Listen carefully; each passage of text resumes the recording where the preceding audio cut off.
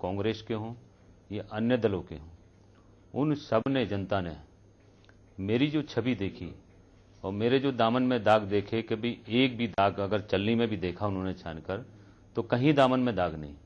तो सबसे श्रेष्ठ और सबसे सज्जन जब मैं चुनाव लड़ने उतरा तो ये जनता की ओर से आवाज़ थी कि आप सज्जन व्यक्ति और आपको जीतना ही चाहिए। तो सबकी शुभकामनाएं, सबका स्नेह, सबका प्रेम, जिस प्रकार से मैंने संगठन में काम किया, क्योंकि मैं मुरादाबाद जिले का जिलाध्यक्ष भी हूँ, लंबे समय बाल्यकाल से पार्टी में काम कर रहा हूँ, तो उसके आधार पर भी लोगों ने तुलना की कि ये सबसे बेहतर कैंडिडेट हैं और मेरा जो काम रहा वो भी एक सामाजिक कार्यकर्ता के रूप में रहा, तो इसको भी जनता ने स्वीकार किया। सत्यपाल सिंह जी के बारे में आपको एक बात जरूर बताना चाहेंगे अपने दर्शकों को कि जहां पे अगर हम बात करें, जैसे अगर बीजेपी की उत्तर प्रदेश की अगर हम बात करें तो हेमा मालिनी, स्मृति ईरानी जैसे वो चेहरे थे कहीं ना कहीं, जिनको जो कि एक सेलिब्रिटिकल चेहरे थे। और अगर हम बड़े नेताओं की बात करें तो वहां मुरली मनोहर जोशी जी थे, उमा भारती थी और ऐसे तमाम, राजनाथ सिंह जी थे। इन लोग का एक बड़े मार्जिन से ये लोग चुनाव जीत करके आए हैं। स्मृति ईरानी हालांकि चुनाव नहीं जीती, लेकिन उन्होंने राहुल गांधी की जो जीत थी उसमें कहीं ना कहीं काफी रोड़ा बनी और उसमें उन्होंने जीत का वो जो फासला था वो उन्होंने थोड़ा सा जरूर कम किया उसको लेकर के। सत्यपाल जी के बारे में एक चीज जरूर बताएं कि जीत का मार्जिन, मुझे लगता है सर, जो जानकारी हमारे पास है वो बहुत मार्जिन नहीं था आपकी जीत का, लेकिन फिर भी, लेकिन ये क्या मानते कि ये वहां पे क्या कहीं ना कहीं वो जातिगत राजनीति हावी ज्यादा थी क्या? मैं जब चुनाव लड़ने गया संभल लोकसभा में, मैं जब विषय रखता था कि हमको सफलता मिलेगी, तो लोग कहते थे वहाँ के कि सत्यपाल जी जीतना तो दूर की बात है, यहाँ पर फाइट पे आ जाओगे यही बहुत कुछ है। क्योंकि संभल सीट जब से लोकसभा बनी है तब से पहली बार भारतीय जनता पार्टी ने जीती है, और जब जब भारतीय जनता पार्टी चुनाव लड़ी है संभल लोकसभा से, दूसरे नंबर फाइट पे भी नहीं आई अभी तक। समाजवादी पार्टी की वो परंपरागत सीट रही है। माननीय मुलायम सिंह यादव वहाँ से सांसद रहे हैं, उनके भाई माननीय रामगोपाल सिंह यादव भी सांसद रहे हैं, और जो डॉक्टर शफीकुर रहमान बर्क जो 50 साल से सत्ता में काबिज थे, कई बार विधायक रहे हैं, मंत्री रहे हैं और 4 बार सांसद रहे हैं, राष्ट्रीय नेता हैं माननीय शफीकुर रहमान बर्क, वो पहली बार हारे हैं। तो इसलिए मुस्लिम बाहुल्य भी है, और जो परंपरागत वोट है भारतीय जनता पार्टी का, क्योंकि उसमें 2 लाख यादव वोट भी हैं और 2 लाख एससी वोट भी हैं, वो भी जो अभी तक नहीं मिलता था, भारतीय जनता पार्टी के खिलाफ जाता था, तो ऐसी स्थिति में अभी तक वो फाइट पे भी नहीं आई है। तो बड़ी टिपिकल सीट थी, क्योंकि समाजवादी की अपनी सीट थी और उत्तर प्रदेश में समाजवादी पार्टी की सरकार चल रही है। इस कारण भी महत्वपूर्ण था, समाजवादी पार्टी को ये सोच रही थी हमारी ये घर की सीट है, इसको तो हम लेंगे ही और सफलता भी निश्चित मिलेगी, वो आश्वस्त थे। लेकिन पहली बार उन्होंने जो है बहुत बड़ा धक्का लगा है कि ये हमारी सीट जो है हमारे हाथ से चली गई। और जब उत्तर प्रदेश में माननीय मुलायम सिंह यादव ने सभी लोकसभा सीटों की समीक्षा की, तो संभल लोकसभा को विशेष रूप से उन्होंने जो है ये मुद्दा उठाया और बड़ा कष्ट महसूस किया। तो कहीं ना कहीं अगर हम बात करें तो मार्जिन जरूर कम रहा होगा, लेकिन कहीं ना कहीं जो जीत वहां की है वो बहुत बड़ी जीत, अगर हम कहें बीजेपी के लिए वो जीत रही, क्योंकि जहां पे माहौल बना हो सकता है वहां पे जीत हासिल करना ये अपनी अलग बात है, लेकिन जहां माहौल आपकी पूरी तरह से विपरीत है वहां से सत्यपाल सिंह जी चुनाव जीत करके आए हैं। सत्यपाल सिंह जी से हमारी बातचीत जारी, लेकिन इस छोटे से ब्रेक के बाद।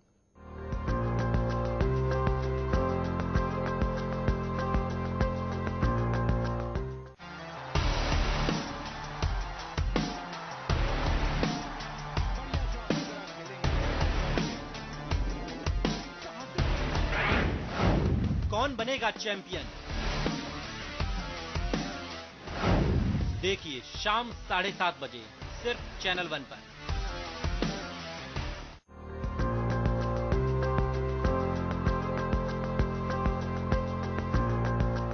देखो, आपको स्वागत है। हम बातचीत कर रहे हैं भारतीय जनता पार्टी के सांसद श्री सत्यपाल सिंह जी से।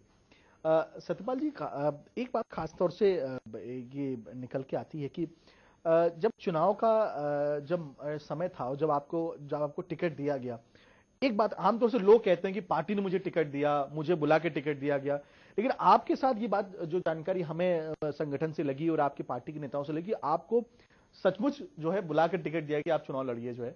और शायद आपकी इच्छा नहीं थी चुनाव लड़ने की। और ऐसा ही कुछ हुआ था, मुझे याद है 2009 में लखीमपुर से सांसद चुने गए थे जफर अली नकवी साहब, वो भी चुनाव नहीं लड़ना चाह रहे थे। तो ये क्या माने, मतलब आपको कैसे, आप मतलब इतना विश्वास कैसे था कि अगर आपको टिकट मिला तो आपने वापस क्यों नहीं किया? आपको ये विश्वास कैसे आया कि आप चुनाव जीतेंगे यहां से? मैं पार्टी का एक सच्चा सिपाही हूं। 6-7 वर्ष की आयु से मैंने संघ में काम करना प्रारंभ किया। तब से मैं जानता नहीं था कि आरएसएस क्या है। कई वर्षों के बाद काम किया, तब मैं आरएसएस को पहचाना कि आरएसएस की शाखा है ये। उसके बाद मुख्य शिक्षक, खंड कारवा, तहसील कारवा, उसके बाद जिला प्रचार प्रमुख, जिला प्रचारक, और उसके बाद 11 वर्षों से भारतीय जनता पार्टी में। संघ ने ही मुझको भाजपा में भेजा, जिला महामंत्री पहली बार संगठन बनाया था मुझको। तो मैं तो भारतीय संगठन का एक सच्चा सिपाही हूँ। जिस प्रकार से भी मेरे को जिम्मेदारी मिली, क्योंकि मैं पद नहीं समझता, मैं एक जिम्मेदारी समझता हूँ, जिस रूप में भी संगठन ने जिम्मेदारी दी उसका संगठन का आदेश का पालन किया, क्योंकि मुझे तो काम करना है और आजीवन करना ही ये मेरा संकल्प है। तो इस नाते अब पार्टी ने मुझको आदेश दिया कि भाई चुनाव लड़ना है, चुनाव लड़े। अच्छा, एक बात और आपके बारे में जो जानकारी हमें लगी थी, जब मैं पश्चिम उत्तर प्रदेश के दौरे पर था, मैं मुरादाबाद में मुलायम सिंह यादव जी की एक रैली वहाँ पे हुई थी जो है, तो मैं उस दिन वहाँ पे मैं था, आजम खान भी नेता वहाँ मौजूद थे। तो एक बात मुझे वहाँ पे लोकल हमारे जो कॉरेस्पॉन्डेंट ने हमें बताई कि यहाँ पे जो चुनाव मुरादाबाद में शायद मुझे अगर नाम थोड़ा सा कंफ्यूजन हो, सर्वेश सिंह वहाँ से वो चुनाव लड़ रहे थे। तो ये माना जाता है कि जो संभल के जो सांसद के चुनाव लड़ रहे हैं वो उनको चुनाव वहाँ लड़वा रहे हैं लेकर के। सहारनपुर शायद आप गए थे वहाँ चुनाव, तो आपका मतलब इतना बड़ा जनाधार वहाँ पे कैसे कि आप वहाँ पे और भी लोगों को चुनाव लड़वा रहे थे आप?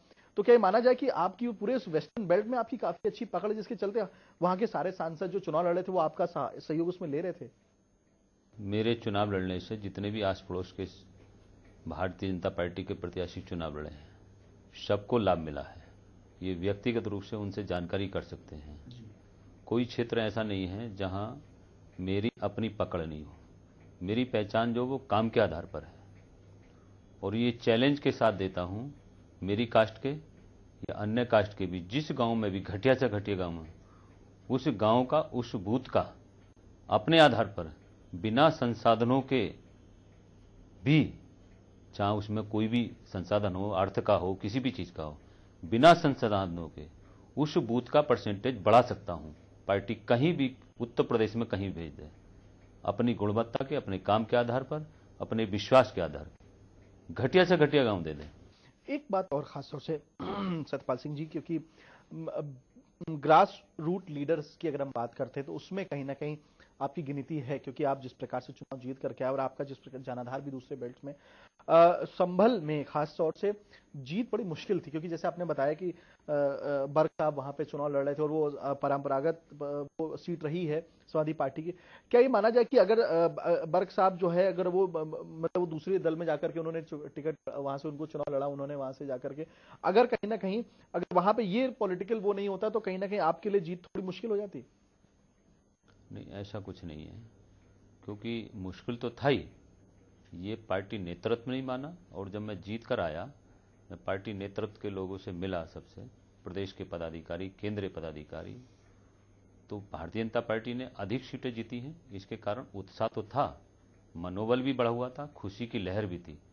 लेकिन जब मैं मिला और सांसदों की तुलना में, क्योंकि जिनसे भी मिला मेरी कोरिया भर के उन्होंने पीठ थपथपाई, मैंने उनके मुकाबले अधिक प्रसन्नता मेरे मिलेगी।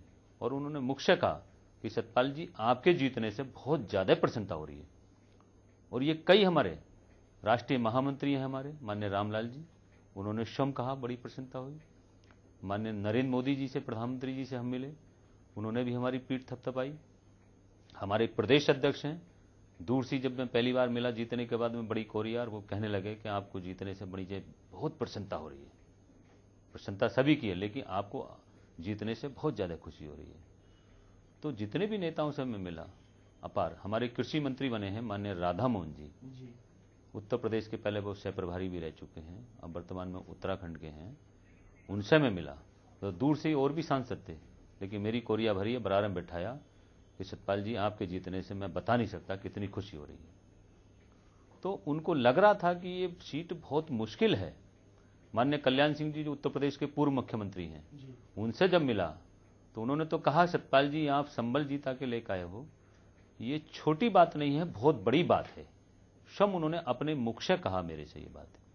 और हिंदुस्तान को उन्होंने इंटरव्यू दिया, संबल लोकसभा क्षेत्र में छपा है, शायद आप लोगों ने पढ़ा हो, तो बहुत अच्छा उन्होंने अपना जो है इंटरव्यू दिया उसमें। नहीं, मुझे सतपाल जी, मुझे जो खास तौर से आपके वजह, मैं वेस्टर्न यूपी के दौरे में था, तो मैं वहाँ के जर्नलिस्ट लोगों से मिलता, तो मुझे आज भी ज्ञात है, मुझे मनीष मिश्र जी हिंदुस्तान अखबार के वो वरिष्ठ पत्रकार हैं, उनसे मतलब हमने, क्योंकि प्रिंट मीडिया को हम ये मान के चलते थे कि उनके पास बहुत ही ग्राउंड लेवल की खबरें रहती थी, तो उनसे भी जब हमने जानकारी की तो उन्होंने बताया कि आपकी स्थिति बहुत मजबूत है और आप वहाँ के बड़े ग्रासरूट लीडरशिप है।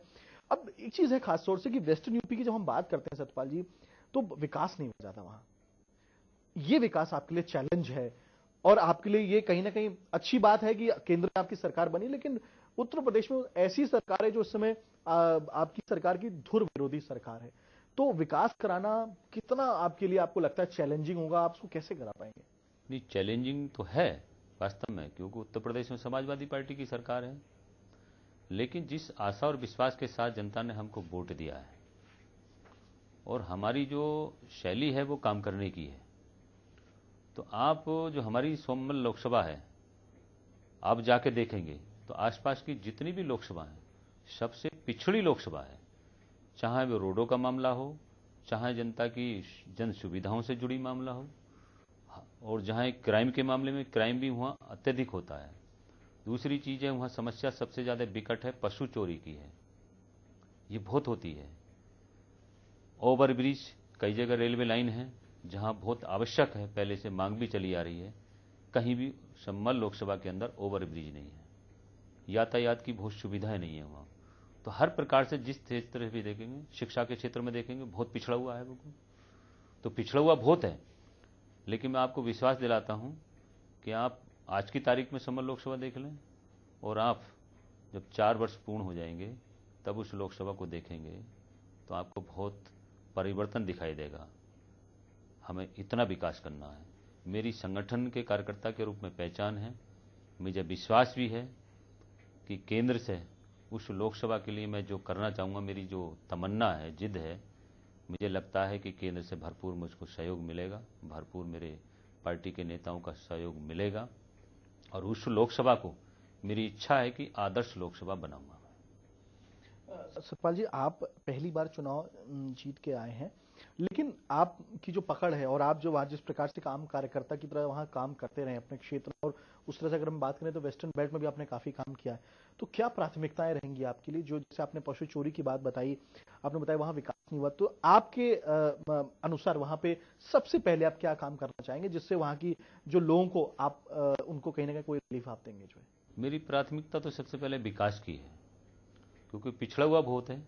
अभी मैं लोकसभा में घूमा तो कुछ गांव में जब गया मैं, तो ऐसे गांव भी थे जो 30 किलोमीटर, 35 किलोमीटर, 40 किलोमीटर चलने के बाद भी कच्चा ही रास्ता था, और कच्चे रास्ते भी ऐसे थे कि उसमें गड्ढे गड्ढे थे।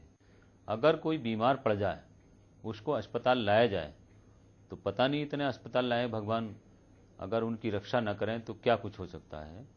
तो ऐसे रास्ते बहुत खराब हैं। तो पहली मेरी प्राथमिकता है कि एक गांव को रोड से जोड़ने की योजना, और मैं चाहूँगा पहली बार प्राथमिकता के आधार पर कि कम से कम जो 2000 आबादी के गांव हैं उनको प्रत्येक गांव को रोड से जोड़ा जाए। देश की तरक्की, क्षेत्र की तरक्की भी तभी होती है, चाहे वो व्यापारिक वर्ग हो, किसान वर्ग हो।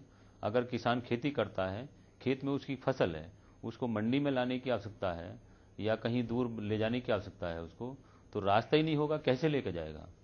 तो किसानों को भी अपने क्षेत्र में हमें खुशहाल करना है, व्यापारी भी खुशहाल होने चाहिए। लोगों के घर में, ये तो नेचुरल बात है, कोई ना कोई बीमार पड़ता है, तो वो रास्ता भी उसके लिए सुगम हो जिससे कि यथाशीघ्र वो अस्पताल में पहुंच जाए। तो इसलिए पहला काम है रोडों का। दूसरा, हम ये चाहते हैं, हमारा क्षेत्र अभी तक कोई सांसद ऐसा नहीं रहा है कि जिसने जनता की सुविधाओं की ओर ध्यान दिया हो। जितनी भी जन सुविधाएं हैं वो उनको से वंचित हैं बिल्कुल नहीं। तो प्राथमिकता के आधार पर जन सुविधाएं उनको मिलनी चाहिए। तीसरी, हम चाहते हैं कि सत्ता की भागीदारी जो चाहते हैं वो जन भागीदारी के आधार पर हम काम करना चाहते हैं। जनता से मिलकर उनको और क्या क्या सुविधाएं चाहिए, सत्ता में उनकी भागीदारी जरूर होनी चाहिए। तो सभी का मान सम्मान को ध्यान में रखते हुए ये हम कार्य आगे बढ़ाना चाहते हैं। तो प्राथमिकताएं सतपाल जी के जहन में पूरी तरह से भरी हुई हैं, क्योंकि ये वो सांसद चुन के नहीं आए हैं जो घोषणाएं करके आए हैं। जैसे कि एक आम आर्ट आज के टाइम पे आप देख रहे होंगे कि उल्लू आप नहीं बना सकते हैं, तो कहीं ना कहीं उल्लू बनाने का समय निकल चुका है, अब काम करने का समय आ चुका है। क्योंकि जो लोग उल्लू बनाया करते थे शायद पब्लिक ने उल्लू बना दिया है और सही व्यक्ति को उस स्थान पे रखा है। सत्यपाल जी से